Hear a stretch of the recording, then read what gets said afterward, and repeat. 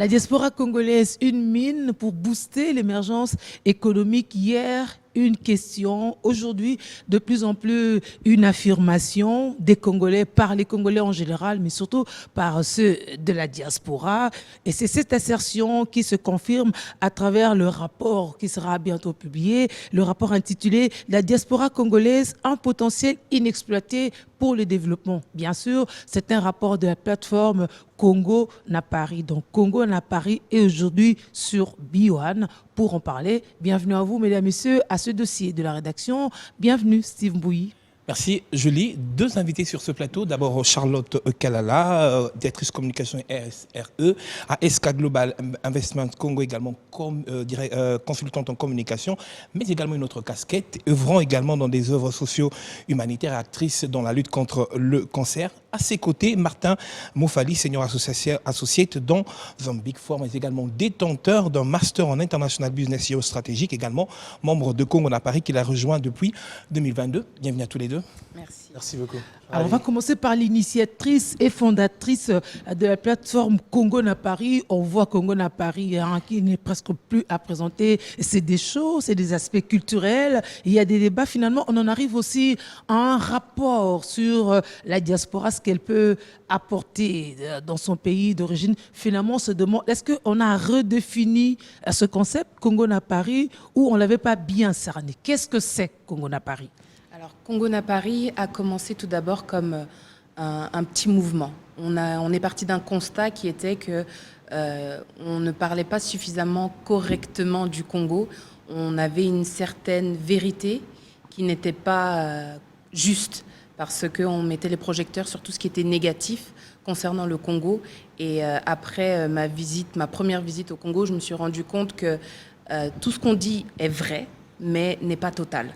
Et donc, il fallait trouver le moyen de montrer une autre vérité tout en respectant la réalité congolaise, mais une autre vérité sur le Congo. Et on a commencé par un salon de la culture. Et aujourd'hui, on est bien plus que ça. On est devenu une plateforme qui, je l'espère, va rester incontournable et qui a pour objectif de montrer le meilleur du Congo et de créer un lien entre le Congo, la diaspora et l'Europe. Parler des deux Congos. Tout à fait. Voilà.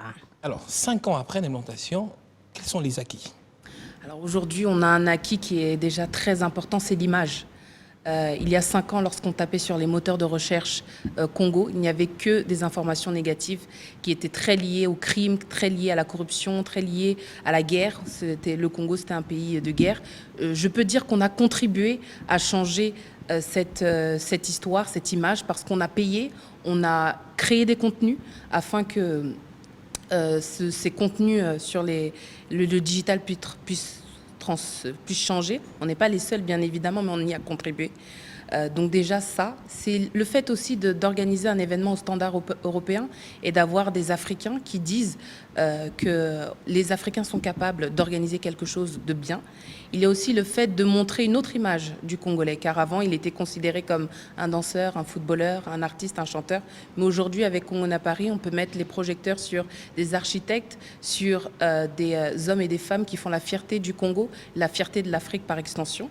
Et c'est aussi un impact direct sur les sociétés, dans le sens sur les populations, quand on a des individus qui disent « je suis fier d'être congolais, je veux rentrer, je veux visiter ». Pour moi, dans un premier temps, notre plus grande victoire, c'est déjà ça, d'avoir su transformer un petit peu, d'avoir contribué à la transformation de l'image du Congo auprès de la diaspora et des Africains. Parmi ceux que vous avez réussi à convaincre, il y a Martin. Exactement. Il revient pour la première fois en RDC après 14 ans. Il n'en a que 24. Donc, lui aussi avait reçu que des informations dans un sens par rapport à la République démocratique du Congo. Finalement transformé. Il est membre depuis le début de cette année. Très actif. De Congo na Paris. On devrait vous dire bravo pour le travail. N'est-ce pas? Parce que là, c'est une illustration. Alors, vous-même, lorsque vous arriviez, vous aviez été choqué? Évidemment, on est inondé de plein d'images très négatives du Congo. Comme dit Charlotte il y a un instant, elles sont vraies, mais elles sont partielles, ces images. Et bien évidemment, on est choqué par l'extrême pauvreté, par l'état qui n'est pas forcément bon, mais on est aussi choqué, plutôt surpris positivement par beaucoup de choses, par beaucoup de projets qui émergent. Et je pense que c'est important d'avoir ce deux discours, hein, de ne pas seulement voir tout en noir, mais entre le noir et le blanc, il y a tout un panel comme ça de nuances. Et ça peut faire un beau tableau, voyez-vous. Justement, Martin, est-ce que la rencontre, c'est votre rencontre avec Charlotte qui était comme un leitmotiv, comme un réveil, un éveil en vous, se dire, ben, tiens, je peux rentrer au Congo, c'était peut-être déjà au fond de vous, il fallait juste un boost. Qu'est-ce qui vous a motivé davantage? Nous sommes au mois de novembre. J'ai intégré Congo à Paris en janvier ou février. Vous voyez, en si peu de temps, c'était plutôt un impact de Congo à Paris. Je ne peux pas, évidemment, il y avait une envie qui émergeait à moi pour pouvoir revenir, mais dans cette envie, Congo à Paris a été très très décisif hein, pour mon retour. Enfin, mon retour, en tout cas, on peut dire que c'est un retour. Oui, c'est un retour en réalité. 14 ans après, c'est énorme. J'ose pas le dire. 14 ans après, c'est énorme. Mais c'est un retour, Voilà. Et justement, vous mettez du vôtre dans cette construction de l'image positive, mais surtout en travaillant, vous êtes parmi les rédacteurs de ce rapport qu'on attend, vraiment de tous nos voeux, les diasporas congolaises, un potentiel inexploité pour le développement. On va le décortiquer. Bien sûr, on va le décortiquer. C'est un gros document de 30 pages d'abord. C'est assez épais. C'est assez épais. Et qui démontre en amont que la diaspora est une des provinces de la RDC. C'est vous qui l'avez décidé comme ça? C'est ça. La diaspora est la 27e province de la RDC. Vous savez, c'est assez simple. Hein. Vous avez dans un premier temps, je vais prendre l'exemple très intéressant, l'exemple de la province du Lualaba. Le province du Lualaba qui a été démembré avec au Katanga. Oui, le grand Katanga. Pour faire très très court, la province du Lualaba, aujourd'hui, est environ à 1 600 000 habitants. Les recettes publiques produites par la province de là-bas est autour de 148 millions de dollars américains. C'est notre capitale du cobalt. Écoute, exactement. C'est une ville minière. En comparaison, la diaspora congolaise, chiffre officiel qu'on peut retrouver auprès de l'EDIF, une agence européenne, en comparaison, la diaspora congolaise est à 1 800 000. Ça, c'est officiel. Je ne vous dis pas tous les ressortissants congolais qui sont dans des situations irrégulières, mais bon. Tout à fait. D'accord? On serait beaucoup plus. Oui, qui passe par... En matière d'argent, la contribution économique de la diaspora avec les transferts de fonds, nous sommes à 2 milliards, nous étions à 2 milliards en 2019 de contributions, ce qui représente 4% du PIB. Vous voyez, donc quand on fait une comparaison, on peut se dire que la diaspora congolaise est une province, la 27e province. Un potentiel pourtant inexploité. Alors, il y a des parties, il y a 3 parties. Steve, peut-être qu'on commence par la première partie où on parle des origines et des états des lieux. Quelles sont ces origines? Les origines, il faut définir déjà le mot diaspora. C'est très vague. Alors, la diaspora, il y a une notion qui est liée à la diaspora, c'est la notion de l'engagement. Quand on est diaspora, quand on vit à l'étranger et qu'on n'est pas engagé, on ne se considère pas comme une diaspora. On est quelqu'un de neutre. Donc l'origine de la diaspora a été, il faut définir les termes, les définitions d'une part, mais aussi la théorie de la congolité. J'en perds ma voix, pardon, excusez-moi. La théorie de la congolité, c'est que les Congolais, le Congolais est défini comme une personne qui se retrouvait sur le territoire congolais après l'indépendance. Une fois que cela est dit, donc, tout Congolais qui est à l'étranger est Congolais. Indépendamment de la nationalité acquise à l'étranger. Voilà. Ça, c'est l'état des lieux qu'il faut faire. Et effectivement, les chiffres que je vous ai donnés correspondant à 1 600 000 et autres. Du coup, ça vous met très très à l'aise hein, de vous identifier en tant que tel. Je ne sais pas comment on peut me dire que je ne suis pas congolais. Je ne peux pas entendre ça. C'est impossible. Alors, vous vous sentez congolais. Alors, il y a un adage qui dit, pour ceux de la diaspora, je ne vis plus au Congo, mais le Congo vit en moi. Vous partagez cet avis? Non, Zara, la Congo. Je suis au Congo hein, tout le temps. Tout le temps. Oui. Je vis le Congo, je suis congolais, je me réveille avec le Congo, je me couche avec le Congo, je suis congolais. Enfin, vous savez, hein, on a la chance d'avoir des technologies aujourd'hui qui nous rapprochent beaucoup plus et nous vivons congolais, vraiment. Justement, cet état des lieux que vous faites, comment est-ce que vous le repartissez de manière générale? Est-ce que vous sentez que même au sein de la diaspora congolaise, certains se sentent beaucoup plus congolais de par leur origine ou simplement du fait de porter cette nationalité? Comment est-ce que vous vous définissez de manière un peu générale? La diaspora est plurielle. Hein. C'est ça. La diaspora est plurielle. Chacun de nous a une réalité vécue, un quotidien différent. Et donc, on ne peut pas, exactement, on ne peut pas penser cela de manière linéaire. Non. Donc, moi, j'ai la chance, ou la chance, je ne sais pas, mais moi, je suis né ici, je suis parti de l'autre côté. Il y a des personnes qui sont nées là-bas, qui n'ont pas forcément le même rapport avec moi. Vous voyez et donc, on ne peut pas penser que c'est pareil pour tout le monde. Elle est vraiment plurielle. Ah oui, Charlotte, vous, dans vos thématiques, vous avez même développé Zongamboka avant de parler de Tonga. Pour compléter ce qu'il disait, et vraiment la diaspora elle est plurielle et le discours aussi va être différent car on a plusieurs catégories dans la diaspora, mais celle qui est la plus négative, c'est ceux qui ont vécu des choses compliquées ici au Congo et qui ont dû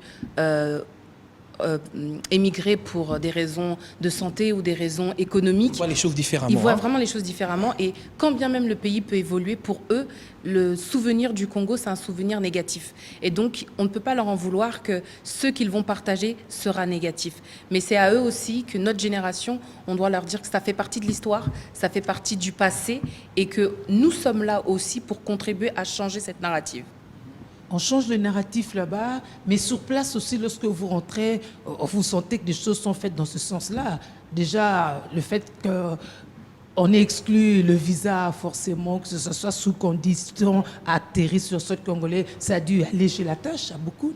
Alors, c'est vrai que le gouvernement a mis en place des actions pour améliorer, si je peux dire ça comme ça, l'arrivée des Congolais d'origine de la diaspora, en tout cas au Congo, mais il y a encore pas mal de choses à faire.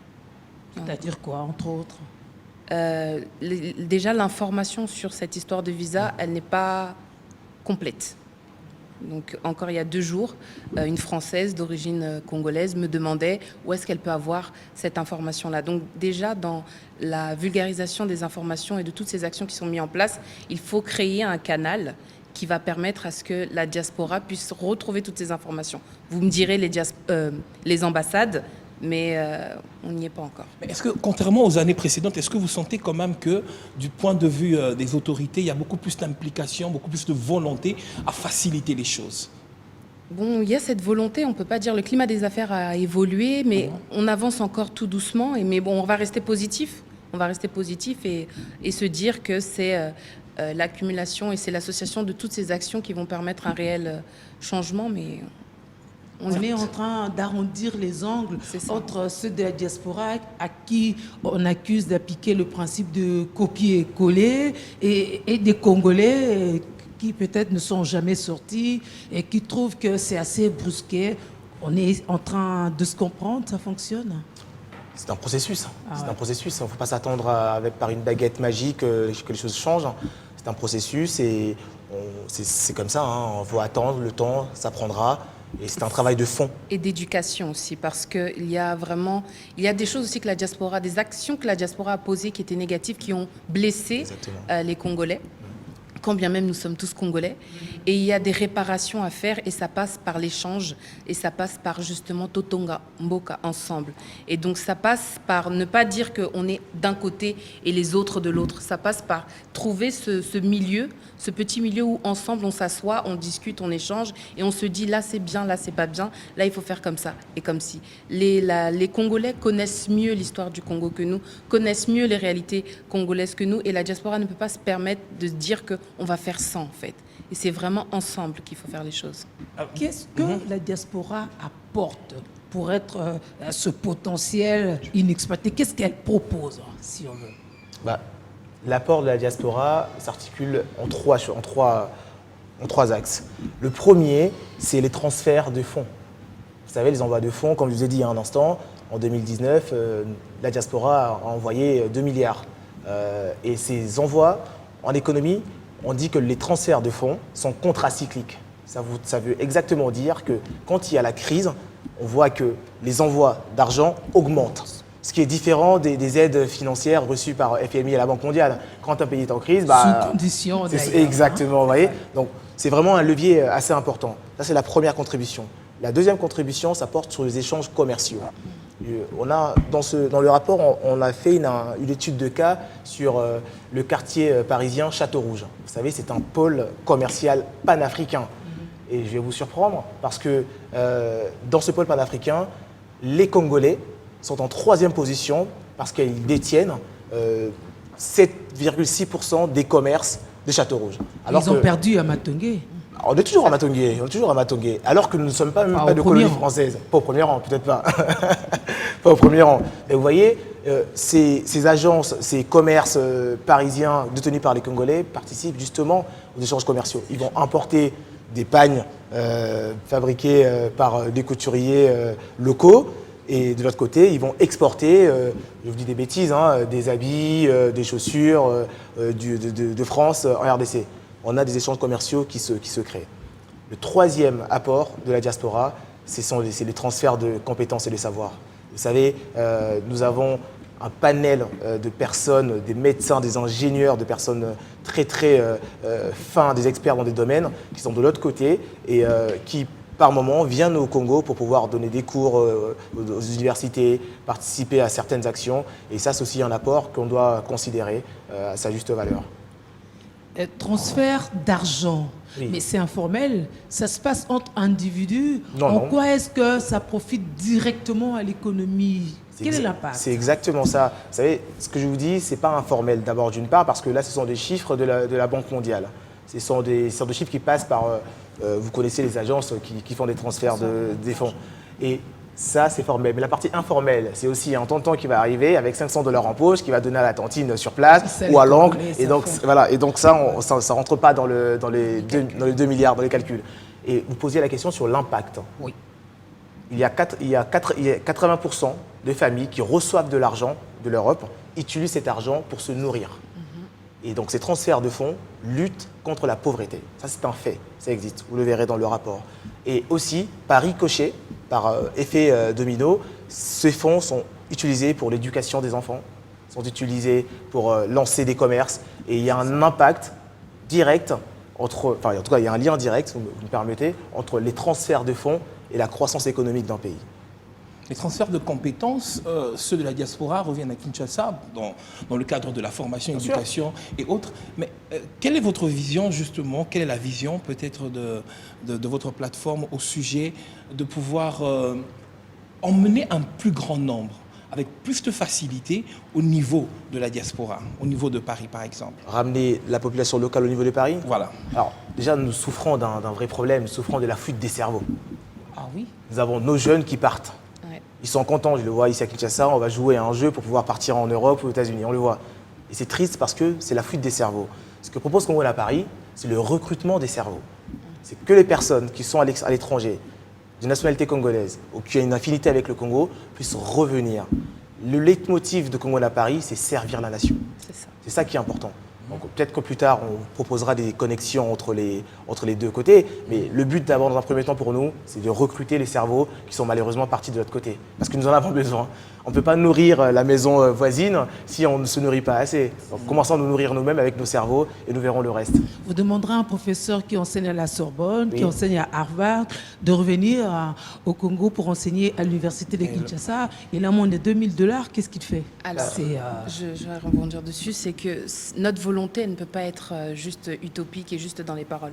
Elle a besoin d'un accompagnement gouvernemental et financier et en termes de moyens aussi.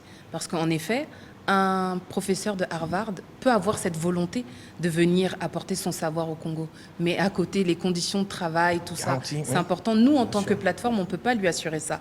Mais le gouvernement peut faire quelque chose. Et vous faites des démarches dans ce sens-là? Alors, dans un premier temps, il fallait d'abord crédibiliser notre plateforme. Il fallait faire justement récolter toutes ces informations et maîtriser notre sujet.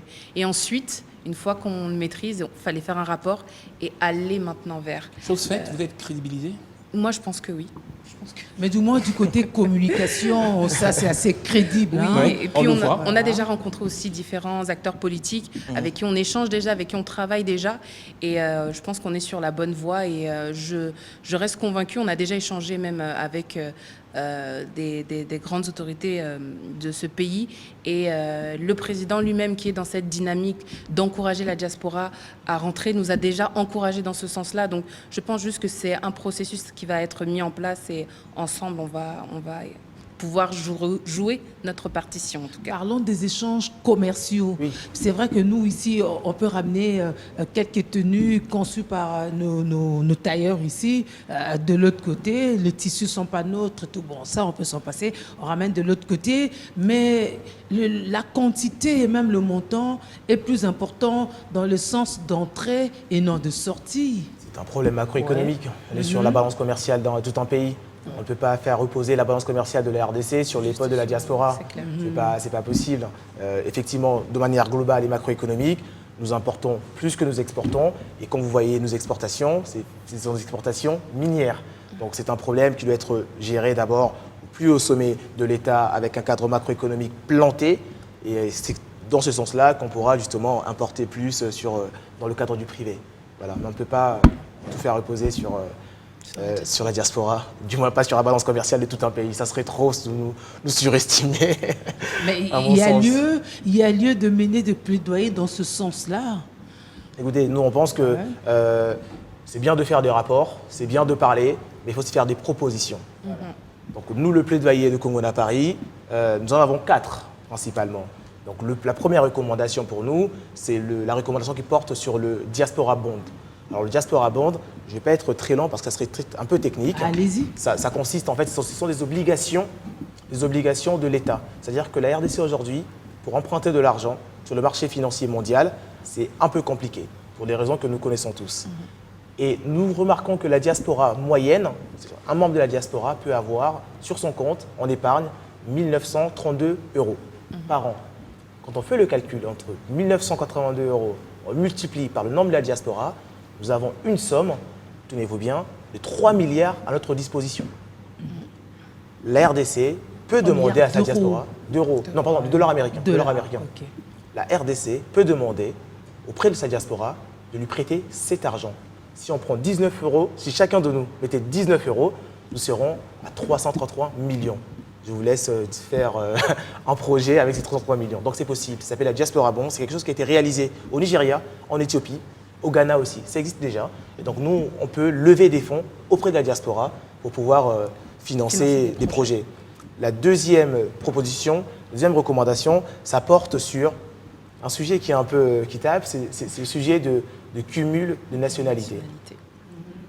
Nous pensons que la double nationalité n'a aucun sens. En revanche, ce que nous proposons, c'est le cumul des nationalités. C'est mieux. Pourquoi je dis cela? On va prendre un exemple. Un tonton d'origine congolaise qui habite à Paris, une tantine d'origine congolaise qui habite à Bruxelles, se retrouvent dans une fête de baptême en Allemagne. Et effectivement, ils se rencontrent, ils tombent amoureux, ils font un mariage, ils ont un enfant. Cet enfant sera d'origine française, belge. Si l'Allemagne a le droit du sol, sera aussi allemand. Mais comme c'est d'origine congolaise, cette personne doit aussi être congolais. Autant Et donc, cumuler. Hein. c'est pour cela autant cumuler et pas la double nationalité qui est plutôt restrictive à mon sens. C'est une proposition que nous avons aussi mise sur la table. La Ça vous met mal à l'aise quand même. Hein, Bah, écoutez, vous vous sentez un peu comme stigmatisé. Comme stigmatisé. Hein. Moi, encore une fois, je dis, j'aimerais bien voir la personne qui va me regarder droit dans les yeux et me dire, Martin, vous n'êtes pas Tu congolais. n'es pas congolais, franchement. Mon père était un officier de police, j'ai sillonné le RDC, je suis un enfant de la République et il faut être culotté pour me dire droit dans les yeux, je ne suis pas congolais. Et ça, c'est une stigmatisation que je ne me permets pas. Alors sûrement, tant que ça vous laisse, ça laisse également plusieurs Congolais. Avec votre plateforme, justement, par rapport à tous ces plaidoyers que vous menez déjà, comment est-ce que vous travaillez justement avec toutes ces diasporas de manière directe, de manière plus impliquée, pour ne pas se limiter, la caricaturer à ceux qui font partie de votre plateforme? Alors, il faut savoir que on n'est pas une structure qui va dire, voilà, on veut récupérer toute l'attention autour de nous. On est très ouvert, on travaille avec différentes associations, différentes plateformes. Chaque jour, on en rencontre de nouvelles et on essaie de voir comment on peut s'entraider, comment on peut ensemble, justement, appuyer, présenter nos projets et ensemble les porter. Le but, c'est pas de dire que c'est Congo-Na Paris qui a porté le projet. Le but, c'est de dire que c'est la diaspora. Donc, on ne veut pas non plus dire que nous représentons la diaspora congolaise. Non, on fait partie des différentes structures qui représentent la diaspora congolaise et on est ouvert. C'est surtout ça qui est important, c'est qu'on est ouvert à créer des synergies afin qu'ensemble, on puisse arriver à notre objectif commun qui est de contribuer au développement économique et social de la RDC. Je reviens à vous, Martin Moufali, vous avez cité 2 recommandations, il en reste 2. La troisième recommandation, ça porte sur un programme national, Charlotte en parlait il y a un instant, un programme national de gestion, de transfert des compétences. C'est-à-dire que Congo Paris ne peut pas financer ce professeur d'Harvard ou de la Sorbonne pour donner cours à l'UNIKIN. En revanche, il s'agirait de mettre en place un programme national où cette personne sera prise en charge par l'État. C'est du bénévolat, hein, pas rémunéré. C'est-à-dire qu'on prend son transport, on prend son logement, on prend ses frais sur place. Le minimum. Exactement, le minimum. Et cette personne pourra effectivement, pas seulement donner cours, mais travailler dans des institutions congolaises, nationales et autres. Et ça peut justement développer l'envie d'un retour définitif au fur et à mesure. Mais travailler dans les institutions, c'est un peu plus politisé, qu'on se le dise. Ça changera la vision d'ailleurs des choses. Parce qu'ici, apparemment, on ne nomme que ceux qui font partie des sphères politiques. Familles politiques, oui. Voilà le discours qui doit être changé, qui doit être modifié, évolué. Donc on est là pour ça aussi. On ne peut pas se dire qu'il y ait des castes de communautés, des groupuscules de personnes qui peuvent prendre le Congo en otage. Eh bien non, les institutions de l'État doivent être ouvertes à tout le monde, mais des personnes compétentes. On est là aussi pour apporter ce discours, apporter ce nouveau regard. Donc ça fait partie de programmes de gestion, de transfert des compétences qui doivent être mis en place pour faciliter justement les choses. Et la dernière recommandation de Congo Paris, ça porte sur la mise en place d'un label public pour pouvoir certifier ce qu'on appelle la philanthropie congolaise. Vous savez, il y a des gens qui envoient de l'argent, pas pour construire des maisons, pas pour faire la fête, mais juste pour donner. C'est des dons.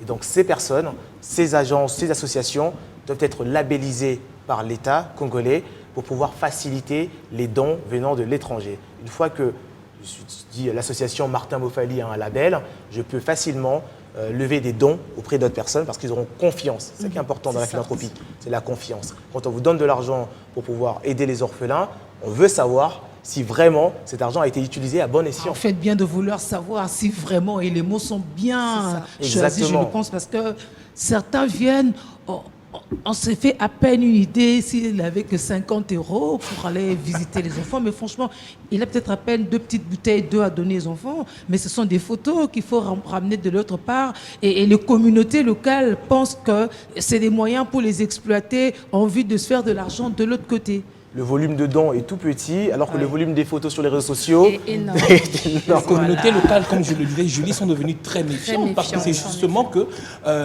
l'image que les Congolais ont. Mais comment est-ce que vous travaillez justement pour arriver à un changement? Un changement. Bon, moi, je pense que c'est une question. Dans ce domaine. Dans ce domaine-là, je vais laisser Charlotte Kalala répondre à cela parce que Charlotte, évidemment, elle est dans ses œuvres. Effectivement, c'est la personne la mieux placée, pour en parler ici, je pense. Je pense sincèrement que déjà il y a énormément d'associations, il y a énormément de structures, donc ça doit être mieux encadré par l'État. Et comme il l'a dit, lorsqu'il y a un label sur une structure et que cette structure est dans l'obligation de fournir des rapports, des suivis financiers et des actions qu'elle mène, moi si je suis diaspora et que je sais que en dehors des photos, je peux demander à la structure, est-ce que je peux avoir un rapport je ne sais pas, je vous ai donné 1000 $, 1000 €. Vous nous aviez dit que vous aviez besoin de 150 000. Est-ce qu'on peut voir ce que vous avez fait? C'est ce qui est très important, c'est d'arriver à the end que ce ne soit pas que les photos qui parlent, mais qu'il y ait des rapports écrits et qu'il y ait un suivi de cette structure de l'État qui va accompagner, ou peut-être qu'elle existe déjà, hein, mais encore une fois, il y a un problème de communication, il y a un problème on ne sait pas qui s'occupe de ça. Une crise de confiance. Voilà. Une crise de confiance. Et pour que la diaspora puisse faire confiance à ces structures, il faut vraiment qu'il y ait une législation tout autour qui soit ferme. Et ce que manque notre pays, c'est parfois de fermeté. Donc un peu plus de fermeté sur la gestion des associations, je pense que ça va beaucoup nous aider. Personnellement, qu'est-ce qui vous a frustré, par exemple, dans vos descentes? On l'a dit également, vous êtes également actrice dans la lutte contre le cancer. On sait, par exemple, la lutte en République démocratique du Congo. Il y a un problème de sensibilisation, d'appropriation. Comment est-ce que vous comptez travailler également avec les communautés locales? Alors, pour la lutte contre le cancer, c'est très compliqué. C'est très compliqué parce que particulièrement dans les communautés noires et surtout religieuses, on associe les maladies à tout ce qui est spirituel, tout ce qui est négatif. Donc, et c'est un tabou. Donc, les gens ont du mal à en parler. Donc, déjà, le premier niveau est déjà chamboulé. Ensuite, il y a un second niveau, c'est le niveau sanitaire. Les gens ne sont pas accompagnés. Le fait que les gens n'en parlent pas, donc les gens ne connaissent pas la maladie. Les gens n'ont pas les moyens de se soigner. Les gens n'ont pas d'informations pour se soigner, même naturellement. Même pour se faire dépister. Même, seulement. voilà, juste pour se faire dépister. On est en Afrique, on a des plantes qui, moi, j'ai été victime de cancer et je faisais venir des plantes du Congo en France pour me soigner, alors qu'il y a des Congolais qui sont là, qui pourraient en bénéficier. Donc, il y a ça aussi, cette vulgarisation du pouvoir, si je peux dire ça, de nos plantes et de nos ressources naturelles. Donc, en tout cas, en ce qui concernait le cancer, c'était ça. Et aussi, c'est la méfiance des gens. La méfiance des gens sur le sujet. Les gens ne se disent que voilà, peut-être qu'on va aller en parler derrière. C'est tellement tabou, le cancer, que je ne sais même pas comment on peut mieux lutter contre le cancer si l'État ne décide pas de créer une agence de lutte contre le cancer qui va faire justement ces campagnes de sensibilisation, mais dans les familles, dans les hôpitaux. Et c'est vraiment de l'éducation, encore une fois.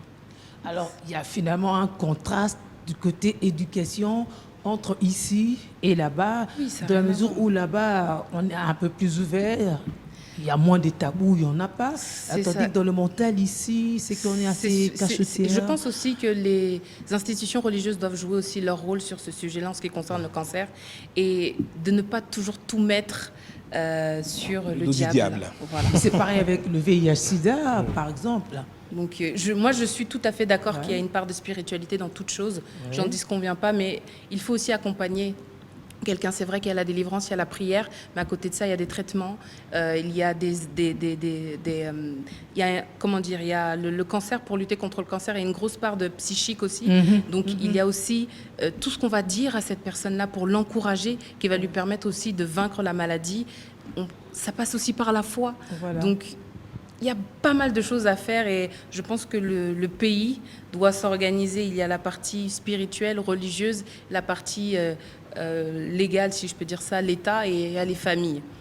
Vous aviez parlé des plantes que vous faisiez venir d'ici. Ça m'a quand même fait tiquer. Ça veut dire que déjà, même avec Covid, on a vu Bien quand sûr. même cette floraison des produits qui devaient aller de l'autre côté parce que justement, ça soignait. Mais finalement, les canaux, c'est le bouche à oreille. C'est le Pourtant, bouche à les oreille. effets sont réellement escomptés. réseaux sociaux, Est-ce le que bouche à oreille. au niveau de Congo, Napari, on pense aussi à aller dans ce sens-là lors des échanges commerciaux ou quoi, à vouloir amplifier des connaissances sur ce dont nos terres regorgent en termes aussi des plantes, parce que ça aussi c'est une vraie mine inexploitée. Alors, durant les salons de Congo-Napari qui sont organisés chaque année, on a des exposants qui exposent justement ces différentes plantes. Ça leur permet aussi de parler directement avec tous les visiteurs qui sont présents. Donc, les salons sont une belle plateforme sur les réseaux sociaux aussi. Lorsque ces différents exposants nous le demandent, on fait des publications à ce sujet et on fait également des mailings, newsletters informatives. Congo-Napari, c'est également des échanges. C'est vrai que vous avez, dans votre vision des choses, à apporter aux Républiques démocratiques du Congo. Mais est-ce qu'à un moment, ce flair-là ne monte pas dans votre chef de se dire nous avons également peut-être à apprendre beaucoup plus de la terre, de l'origine, qui pourrait influencer justement votre vision et votre manière de faire? Est-ce que vous vous sentez également à un moment comme apprenant? Mais en fait, Totalement. ça serait insultant de débarquer dans un pays en se disant je suis omniscient avec un ton paternaliste. Ça n'a aucun sens. L'une des valeurs cardinales de Congo-Napari, c'est la co-construction. Je vais peut-être vous choquer, la RDC n'est strictement rien sans la diaspora. Mais la RDC n'est strictement rien sans la population locale. En réalité, la RDC est quelque chose uniquement lorsque les deux travaillent ensemble. C'est ça la co-construction que nous prenons, la communion, la co-construction. C'est un processus, hein, et on ne peut pas débarquer dans un pays, encore une fois, en disant je sais tout, je n'ai rien à apprendre. Et pour ma part, ça fait 1 an que je suis installée à Kinshasa. Et elle est rentrée, hein, voilà. à Zongalamboka, à Définitivement. travail ici. Voilà. Et donc vraiment, il y a ce que je connaissais et ce que je suis en train d'apprendre et ce que je continue d'apprendre. Et c'est pour ça que c'est sans prétention vraiment qu'on parle. C'est vraiment, on a une volonté qui est commune à tous les Congolais. Je pense que nous tous, on veut que le pays avance. Nous tous, on veut que nos enfants, nos petits-enfants se sentent plus à l'aise dans le pays. Et ce serait la fierté de tous que demain, lorsqu'on cite les grands pays africains, qu'on puisse citer la RDC ou le Congo, Brazzaville. C'est notre volonté à nous tous. C'est juste, nous, on s'est positionnés en se disant, à notre niveau, que pouvons-nous faire? Et nous avons décidé qu'avec nos petites compétences, si on se réunit tous ensemble, on pourra réussir à faire quelque chose de grand. Donc c'est vraiment... Et se réunir tous ensemble, c'est pas uniquement la diaspora. C'était dans un premier temps la diaspora. Et maintenant, enfin pas maintenant, parce que ça fait un petit moment qu'on le fait, c'est la diaspora, les sociétés locales, la population locale. Et bien sûr, après, on va chuter sur les décideurs locaux. La fierté congolaise, c'est également la langue. Comment est-ce que Congo n'a Paris compte peut-être vulgariser le lingala pour que le lingala soit, voilà, traverse les frontières? C'est vraiment la fierté congolaise. Ça, les musiciens ont assuré. Hein. Voilà, franchement, Congo n'a Paris, enfin, pour la langue, les musiciens ont assuré sur ce coup-là. Et puis, bon, le lingala, c'est pas la seule langue non plus. Tout le monde parle un peu de lingala aujourd'hui en Europe. Des petits mots. Comme disait Charlotte lors de la session, Ouais. dans quelle maison on parle pas lingala en France? Oui, franchement, même le plus raciste des Français connaît un petit mot de lingala. Exact. Mais ce qu'on met en place également, c'est durant nos salons, on a des associations qui soient belges ou qui soient françaises qui ont développé des jeux ou qui ont développé des cours de langue et qui apprennent le Chiluba, le Kikongo, le Lingala à toutes les personnes qui souhaitent le faire. Donc de temps en temps sur nos réseaux sociaux, on partage leur publicité et lorsqu'ils sont présents sur le salon, les gens peuvent s'inscrire et démarrer directement l'apprentissage. C'est vrai que vous deux, vous parlez lingala avec des substrats assez nuancés quand même. Mais alors, à quand la publication de ce rapport, la diaspora congolaise, un potentiel inexploité pour le développement? Eh ben, ce sera pour 2023. Donc là, notre premier objectif, c'était de le finir, d'en parler. On va encore le faire circuler auprès de certains spécialistes pour qu'ils puissent nous apporter leur encouragement et ensuite le déposer auprès des autorités compétentes afin de voir comment on peut matérialiser ce rapport. Ça serait une escroquerie intellectuelle si je ne vous dis pas que c'est Charlotte Kalala qui fait la préface du rapport. Mais voilà, ça serait Il faut le dire, même si c'est rédigé par moi, mais on a une bonne partie d'une préface. J'ai eu l'honneur d'avoir la préface de Charlotte sur le rapport et c'est important d'avoir l'avis de personnes qui connaissent le domaine, quand même, qui sont dans le domaine. Vous continuez à tâter le terrain pour revenir aussi vous installer plus tard? Bonne question. Qui mérite une réponse. Mais pour ma part, je tiens à le dire, hein, vraiment, je suis très fière de Martin. Et Martin, c'est aussi, c'est vraiment l'exemple des différents membres de Congo n'a Paris. Chacun est entré avec des a priori sur le Congo. Et moi-même, j'ai commencé avec des a priori. Et l'amour pour le Congo, ce que je veux dire, c'est qu'on n'a pas laissé juste l'amour pour le Congo. Au-delà de l'amour, il faut passer à l'action, il faut passer à la motivation. Et au-delà de l'action, c'est aussi le partage. Et c'est vraiment ça. Et Martin, c'est vraiment l'exemple même que peu importe les a priori qu'on a sur le Congo, une fois qu'on s'entoure des bonnes personnes qui ont le bon discours et qui vous disent les bonnes choses sur le Congo, vous allez commencer à aimer le Congo différemment et après l'avoir aimé, vous allez avoir envie de le découvrir et ensuite de passer à l'action. Et c'est l'exemple même de Martin qui met son potentiel au service du pays. Voilà ce qu'on attend de tous les Congolais de la diaspora, mais ce qu'on attend aussi des Congolais d'ici. Hein. Évidemment, ce n'est pas que la diaspora. Le Congo va se construire avec ceux de la diaspora également, mais avec ceux également qui sont au niveau local. Il est strictement rien sans les Congolais. Il est strictement rien sans la diaspora. C'est une synergie, les compétences mises ensemble. Le Congo ira de l'avant. Voilà. Et c'est la fin. Des mots d'espoir, d'encouragement. On vous retrouve très vite. Bon succès à ce rapport. On attend la publication. Merci. Alors, Congolaises et Congolais, on en a fini pour ce dossier de la rédaction. Nous vous retrouvons très vite.